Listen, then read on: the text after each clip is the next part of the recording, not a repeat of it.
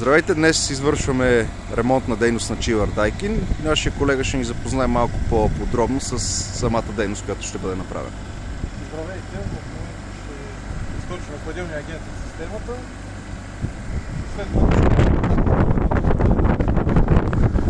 и по време на вакуумирането ще сменяме РВ-то. И после ще включим машината и ще наблюдаваме как работи.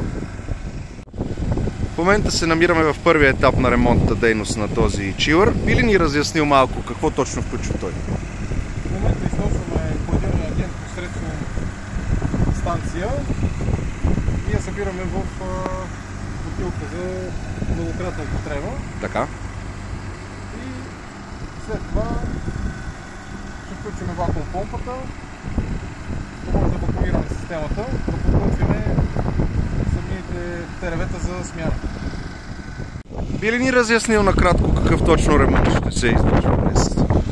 Ремонтът ще бъде подмяна на РВ. Проблема е, че е запушено и се получава замръзване в едината част. Не може да регулира постъпването на урана в изпарителя.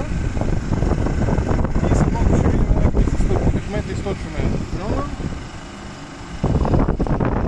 Може ли да ни кажеш този елемент РВ какво представлява и за какво служи? РВ-то служи за регулиране на количеството хладилен агент, който постъпва в изпарителя. Така.